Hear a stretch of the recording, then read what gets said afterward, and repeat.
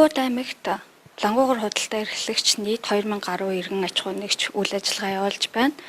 За төлбөрийн баримт олголтын хувь хэмжээ үзүүлэлт маань өмнөх оны үзүүлэлтээс 5.9%-аар өссөн үзүүлэлттэй байгаа.